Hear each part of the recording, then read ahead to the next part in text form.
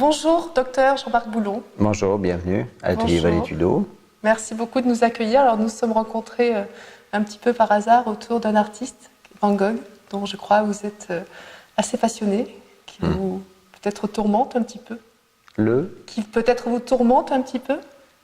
Qui me tourmente peut-être pas, qui m'interpelle et qui nous permet d'apporter un outil complémentaire de soins, relations avec les patientes qui sont actuellement prises en charge dans cet établissement, qui est la Maison de Santé Saint-Paul, parce que vous pensez bien que de peindre sous sa chambre les mêmes paysages qu'il a lui-même interprétés sont une nourriture, un outil fabuleux.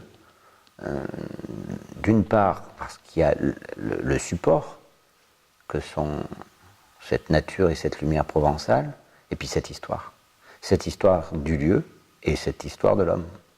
Alors, pour situer, donc, nous sommes à Saint-Rémy-de-Provence, dans la maison de santé Saint-Paul de Manzol, c'est ça? De Mosole. De Mosole, Saint-Paul de Mosole.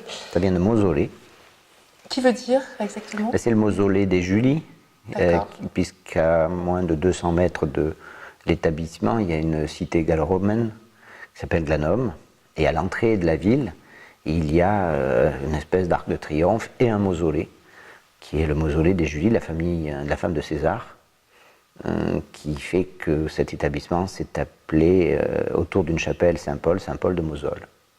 Donc nous nous sommes rencontrés à l'occasion de cette association Conférence pour tous, qui vous a convié pour parler de Van Gogh, non seulement de l'artiste, de ses œuvres, de sa vie, de ses maladies, mais surtout de l'humain.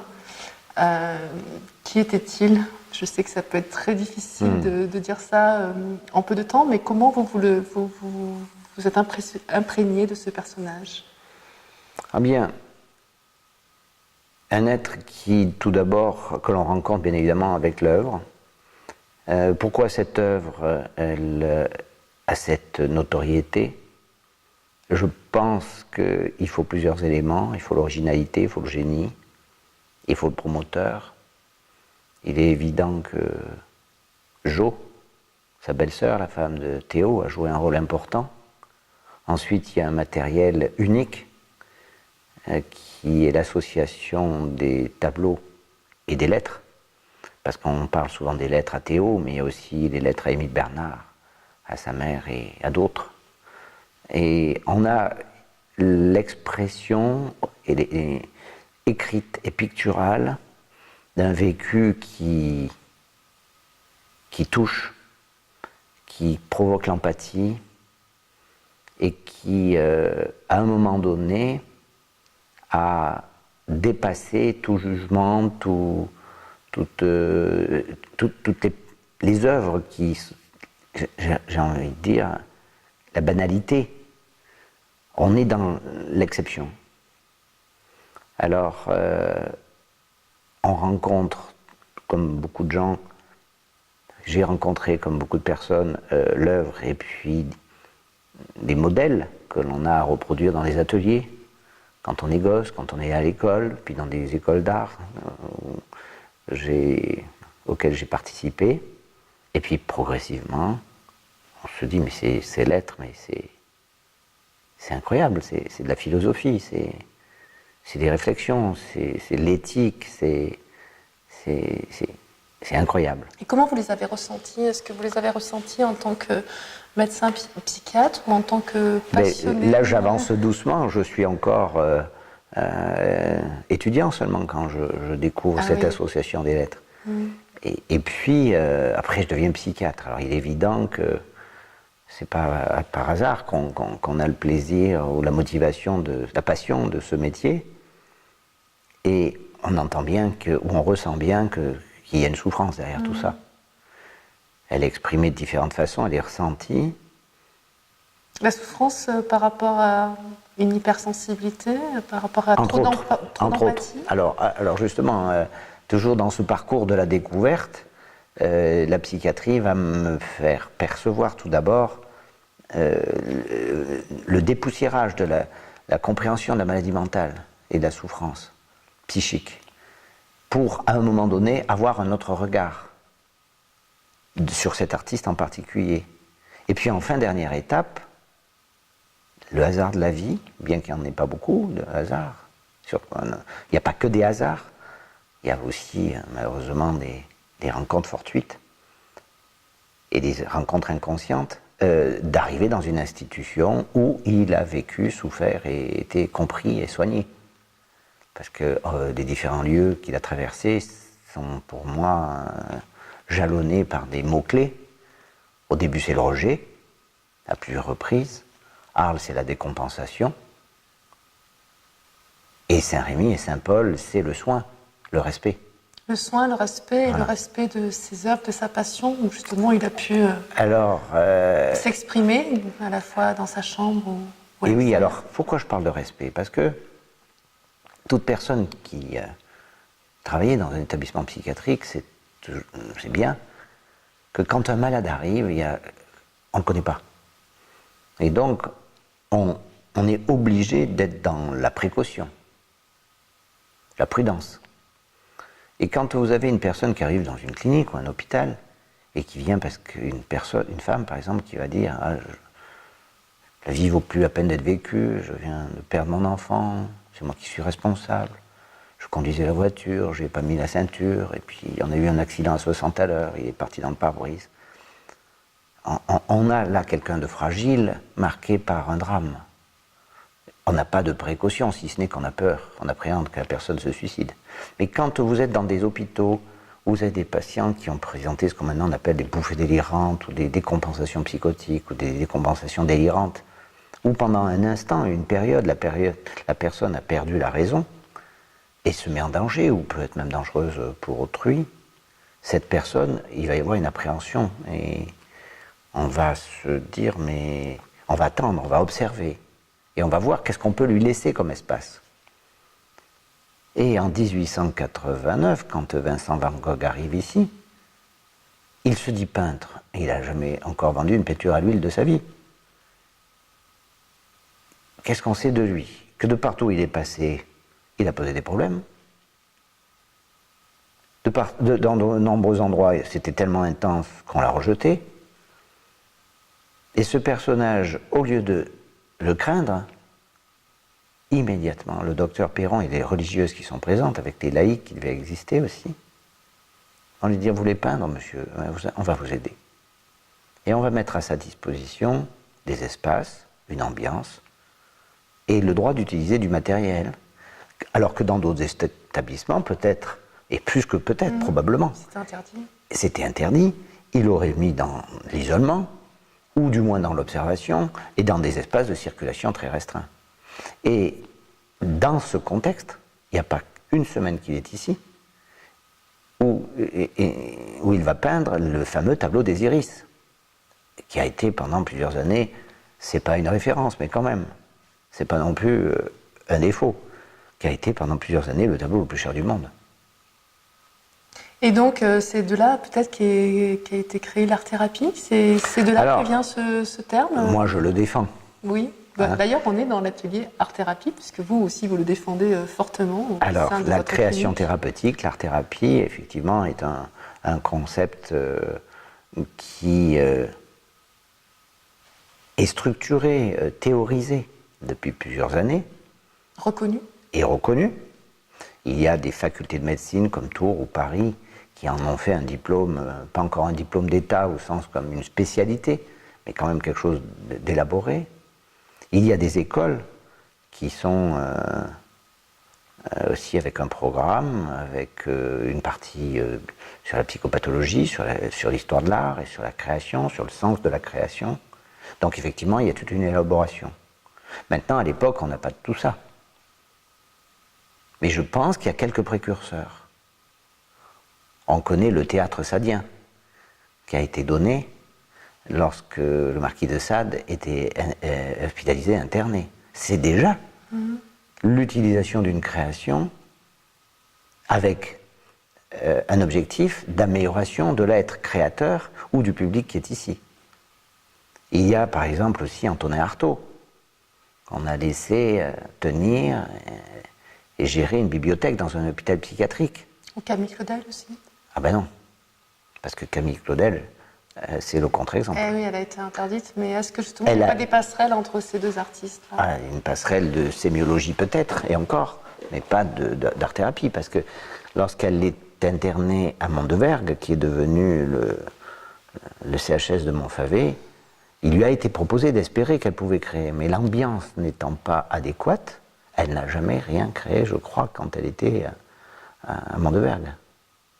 Alors que, je vous disais le troisième exemple, ça serait plutôt Vincent Van Gogh, où il va avoir non seulement ces espaces de création, mais aussi de mise à disposition d'une autre chambre qui était libre à l'époque, que le docteur Perron a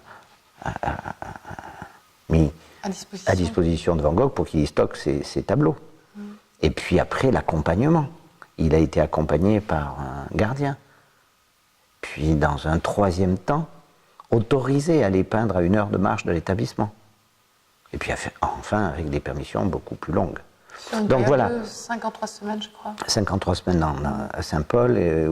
Et alors, effectivement, le fait de s'investir professionnellement dans un établissement de ce type va faire que, comme tout psychiatre, à un moment donné, on va choisir une voie.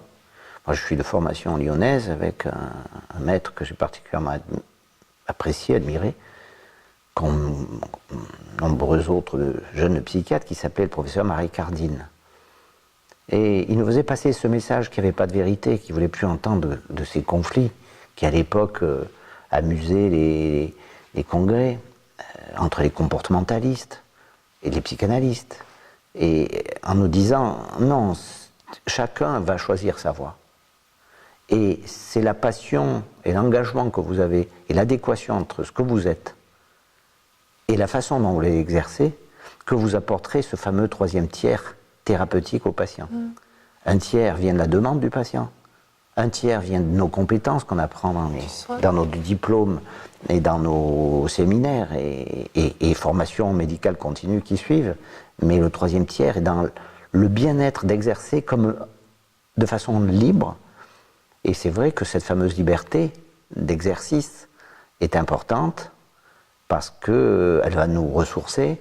Et là, moi, j'ai choisi d'articuler ma passion pour l'art et la culture et la mettre dans le projet de soins. Alors, de ce fait, je reviens à votre question initiale, c'est qu'effectivement, on peut, de façon très superficielle, dire il y a eu Van Gogh, on va peindre comme lui. Puis on peut aller plus loin.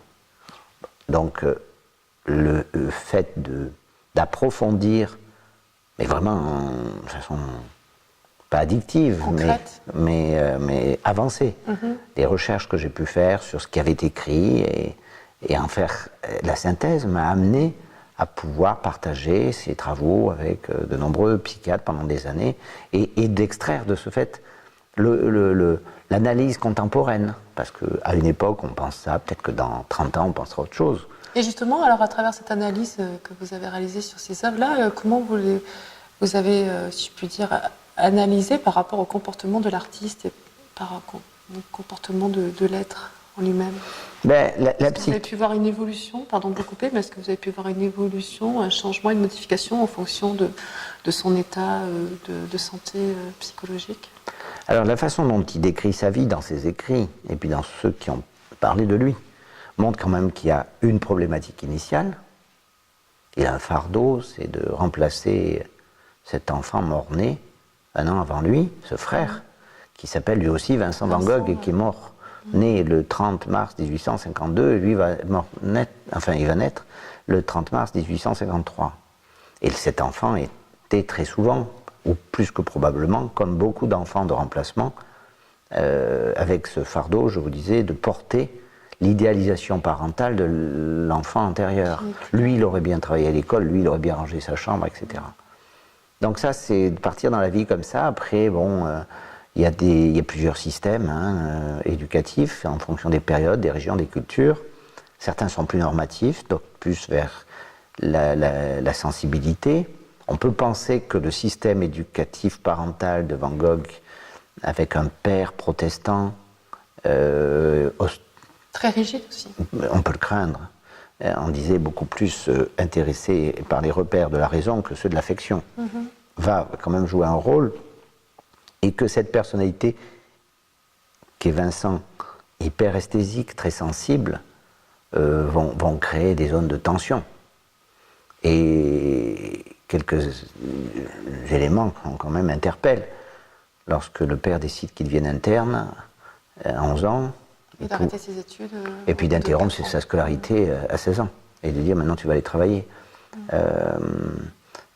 C'est pas classique, il y avait les moyens de faire peut-être autre chose. Et ce Van Gogh va partir comme ça dans son chemin de vie, à se chercher, à osciller entre deux tendances qui sont dans la proposition familiale, intergénérationnelle, à savoir, dans la famille, depuis des siècles, on transmet les prénoms, on transmet le métier de religieux et on transmet le métier de marchand d'art. Il va falloir que tu choisisses là-dedans. C'est l'inconscient, on ne le dit pas comme ça. Parce que comme par hasard, l'oncle Saint, l'oncle Haïm, le frère Théo sont dans cette branche-là. Et c'est vrai qu'au début, ils butinent un peu, ils se cherchent. Comme les uns et les autres, quand on est en terminale, on se demande si on va aller plutôt dans le secteur de l'architecture ou de la médecine ou d'autres choses. Et puis qu'à un moment, peut-être, et ça y est, on tranche et on plonge. Ils se cherchent au début comme ça. Entre c'est pas une ambivalence, c'est une introspection. Avec peut-être le fait que oui, je vais être religieux, alors je vais essayer d'être pasteur, alors pour cela. En fait, il s'est cherché toute sa vie, finalement, quelque part, à la fois dans la religion ou à la fois avec ses émotions affectives, sa vie affective, sa fratrie. Oui, il s'est cherché comme peut-être on se cherche tous, sauf qu'à des moments donnés, on assume les voies qu'on a prises et on les enrichit. Certains sont obligés de changer. Lui, effectivement, puisque malheureusement, les femmes ne vont pas être des partenaires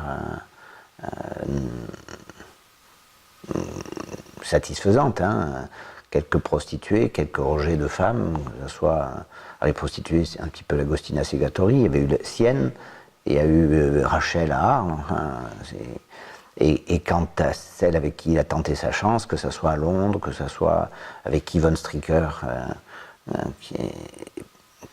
ou avec d'autres, c'est malheureusement un rejet, un échec. Donc oui, une recherche. Alors il va trouver une nourriture importante aussi avec la littérature. Il aime lire, il aime. Et puis alors il en parle dans ses lettres.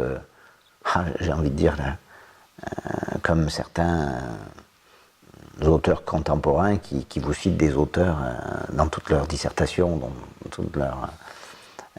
Je pense à Fabrice Lucchini par exemple, Lucchini. Ouais, qui est capable. Il n'en était pas là, mais quand même. Il parlait avec une maîtrise. Alors comment il s'est éduqué finalement, ce Vincent Van Gogh, puisqu'il a arrêté ses études très tôt? Est-ce que c'est par rapport au fait de ses rencontres? Est-ce que c'est sa curiosité?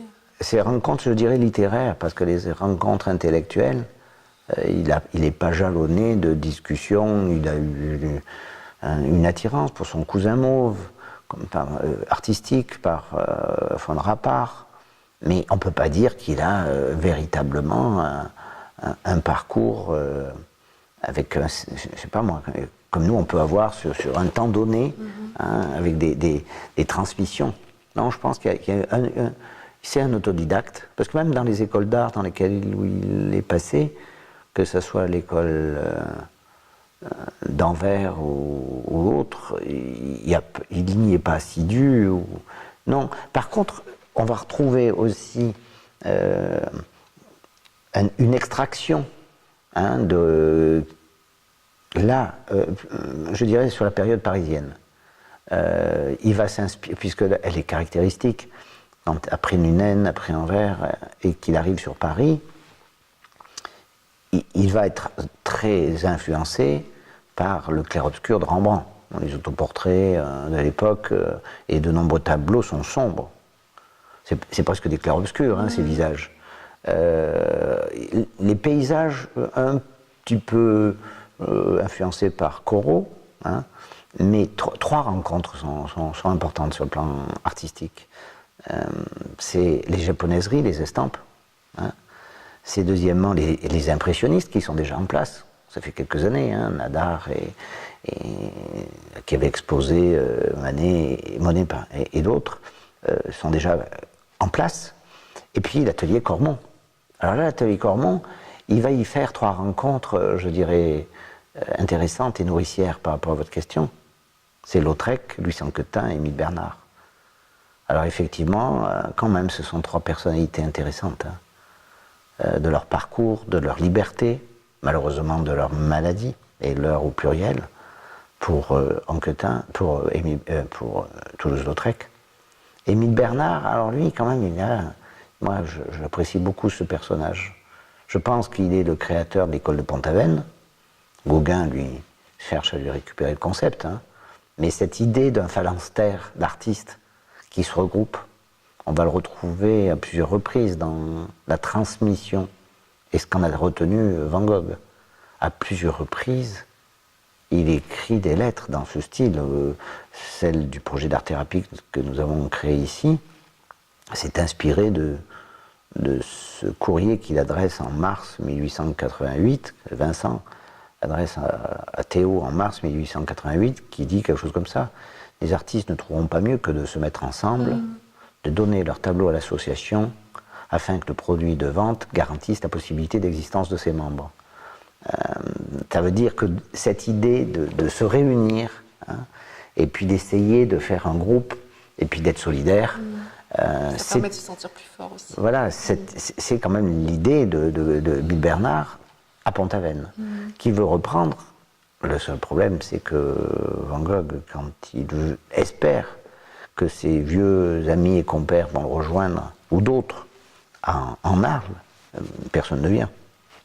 Le seul qui va venir, c'est Gauguin, sur la demande et l'intervention active de Théo. Hein. Oui, qui a joué un rôle important quand même en termes de peut-être rôle paternel aussi, son grand frère. Ah, qu'est-ce qu'il est? Est-ce qu'il est un père de substitution? Est-ce que c'est un frère très bienveillant? Quand même. Bienveillant, ouais, mais les frères et sœurs le sont souvent aussi, dans certaines fratries. Hein. Oui, on peut dire que leur lien était très fort. On parle que de lui. Oui. Ah ben, c'était difficile de parler des autres, parce que quand même, bon, l'enfant mort-né, le frère, on ne peut pas en parler.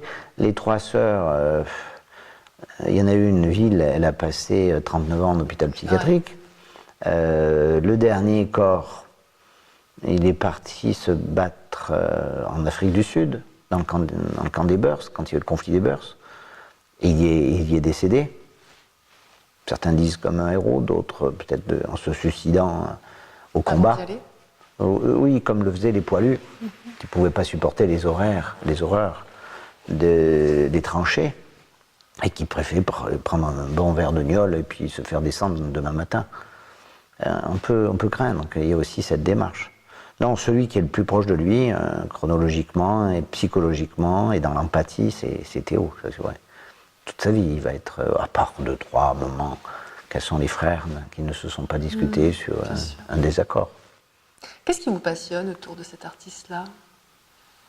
Qu'est-ce qui vous a accroché? Je pense que chaque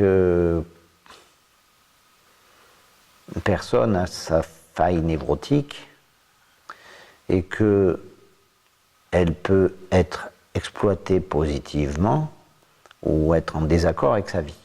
Les soignants, nous avons une particularité qu'on pourrait dire intéressante, mais aussi qui pour certains sont une faiblesse, mais qui sont, heureusement que cela existe, un besoin de société. C'est la tendance au soutien, la tendance à l'empathie. Il provoque cette empathie que nous soignons, nous avons. Peut-être que ce qui m'interpelle le plus chez lui, c'est qu'il est une passerelle entre... Il est universel. Hein, il va toucher les mamans, il va toucher beaucoup de gens. Et quand on voit cette personne qui veut aider, et malheureusement de façon maladroite, parce qu'on peut dire qu'il avait ce qu'on pourrait appeler un altruisme déréglé.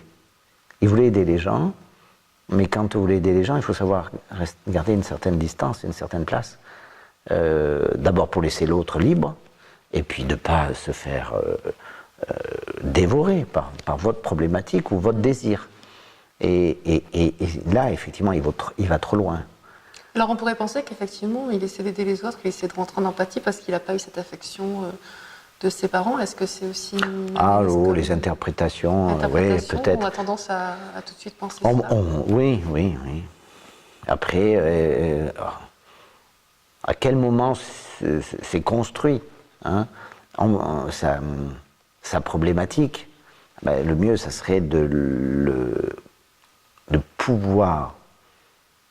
Enfin, la seule façon cohérente d'y répondre, ça serait de l'avoir rencontré. Parce que, par exemple, prenons les lettres. Les lettres, on peut les prendre et les décortiquer. Mais attendez, il ne s'agit pas de lettres qui sont destinées à être analysées comme une sémiologie psychiatrique. Bien sûr qu'on peut les interpréter et dire là, ça veut dire ci, là, ça veut dire ça. Mais comme tout courrier, et à un moment donné, il peut y avoir un moment affectif qui est exprimé, un moment romantique, un moment dépressif, mais... Et pas intemporel.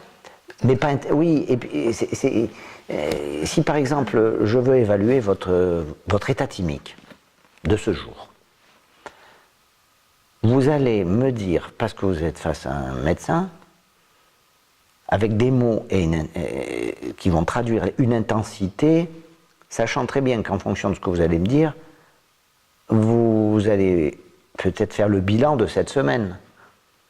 Vous allez me dire, ces jours-ci, je suis triste.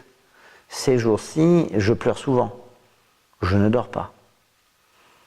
Et parce que ça dure depuis plusieurs jours, et par exemple, on dit dans les classifications contemporaines, comme les recommandations actuelles de l'HAS, de dire qu'un état dépressif, pour qu'il existe, il faut qu'il y ait 2 symptômes principaux, enfin, il y a des symptômes principaux et secondaires, il faut qu'ils existent par exemple depuis 15 jours.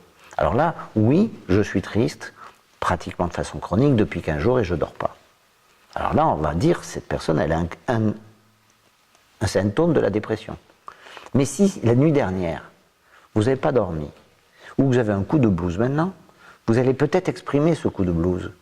C'est un cliché. Et tous les courriers sont des clichés de son vécu de l'instant où il les écrivait. C'est pour ça qu'il faut être prudent.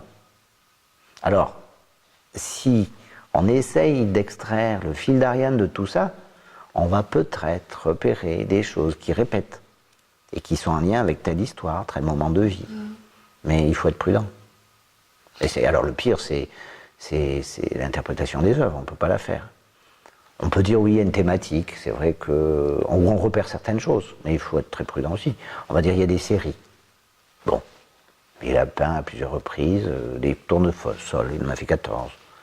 On va dire il a peint beaucoup de Moulins de la Galette, à la butte Montmartre, ou des Moulins de la Butte, pardon. Après, on va dire il y a des personnages. Toute une période, là où ils ont la main la tête entre leurs mains, avec le célèbre tableau Eternity is Gate, qui va être un prochain film, qui a tourné d'ailleurs ici Julian Schnabel, avec Willem Dafoe. Et hier soir, je réalisais, je me disais, tiens, c'est étonnant, Willem Dafoe qui est remarquable, qui va être remarquable dans ce rôle de Van Gogh. Le film va sortir sûrement en 2018-19. C'est une exclusivité? Qu'il a été tourné là, que vous dites? Ah ben non, le film, il a été tourné ici, ça se sait. D'accord. Puisqu'il y a eu la recherche des figurants. Donc les figurants sont des patients à vous, je crois, c'est ça? Alors, ça, c'est une belle histoire aussi. Alors, c'est vrai que c'est la deuxième fois que j'arrive à imposer, grâce à un soutien institutionnel de la direction et puis des professionnels de l'établissement, à me positionner. Et, si vous voulez, j'ai une certaine chance, c'est qu'à un moment donné, quand on veut tourner un film dans un établissement sanitaire, il faut quand même deux autorisations. Le directeur, qui va une réglementation de sécurité, etc. Et puis le non-dérangement. Le non-dérangement du projet de soins. Parce que c'est pas parce qu'un directeur dit on peut tourner dans le bloc opératoire, parce qu'il est beau, si le chirurgien dit je regrette, ça me dérange et on opère, on va pas tourner. Il en est de même en psychiatrie.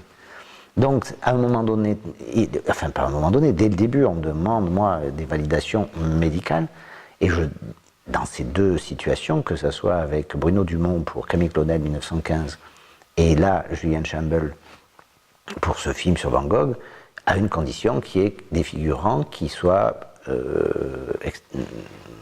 sélectionnés dans le personnel et dans les patients. Alors c'est vrai que, encore une fois, c'est une forme d'art-thérapie, ça. Parce que l'art, dans le soin, crée des passerelles, des liens, de l'émulation, des rencontres, de l'ouverture, de la communication. Et par toute cette énergie, de l'efficacité thérapeutique qui va, en fin de compte, retomber sur des personnes qui ne croyaient plus en elles et qui se disent ici, tiens, ça me réveille, ou on me valorise moi. Elles n'ont pas toutes tourné, même s'il y en a très peu. C'est la symbolique qui est importante. Donc effectivement, ce film va tourner l'année prochaine, être diffusé l'année prochaine. On ne l'a encore pas vu. L'exclusivité, ce sera quand on le verra. Alors si on devait retenir une image de Van Gogh, une image de son état d'esprit général, on parle souvent de lui, de quelqu'un de très mélancolique, avec énormément de souffrance. On parle aussi d'automutilation, donc c'est quand même des images qui sont assez sombres, et pourtant, lorsqu'on regarde ses œuvres, ce sont quand même des œuvres très colorées, pour certaines. Comment vous pourriez... Non, je mettrais deux mots. Je dirais la liberté et l'authenticité. Oui. C'est ce qui me renvoie. Libre, c'est ce qu'il a cherché et qu'il a été. Et authentique, justement, que ce soit dans les moments mélancoliques, mais aussi que quand c'était dans les moments de plaisir, de jouissance, de la couleur, de la lumière, ce qu'il recherchait. Hein. Et puis après, des moments difficiles. Tout le monde, un jour, a eu mal à la tête. Il a eu ces moments dysthymiques, on va dire, et probablement ces moments épileptiques, en alternance. Hein. Et puis, le temps fait que, par moments, d'autres parasites viennent se greffer. Et c'est ce qui s'est passé avec l'absinthe. Cette fée verte. La fée verte. Oui, oui. Elle aurait voulu être fidèle avec lui. Heureusement, je pense que le sevrage, c'est Saint-Paul, c'est Saint-Rémy. Le moment où il arrête sa consommation, c'est grâce à l'hospitalisation dans cet établissement. Merci beaucoup pour cette rencontre. Merci à vous. Merci beaucoup, docteur Jean-Marc Boulon. Merci beaucoup. Merci pour tous les patients et ceux qui écoutent ce que vous faites aussi. Merci beaucoup. Au revoir. Au revoir.